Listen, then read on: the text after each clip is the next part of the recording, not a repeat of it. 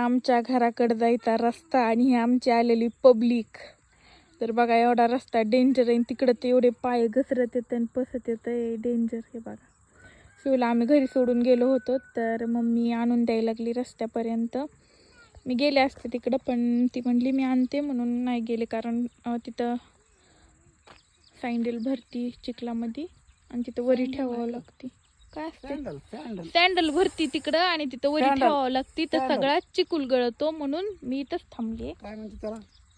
Sandal sandal. Sandal. तर बघा ही public. त्या शिवांशचा घाणा बघा. पप्पाच्या हातात त्याची चप्पल आहे, पुन्हा तिच्या हातात त्याच्या पॅन्टी शर्ट आणि तो बसलाय काकाला. या सणा चला जरा. मग आता आले होते आम्ही पडायला लागलो होतो जाता जाता शिवांश.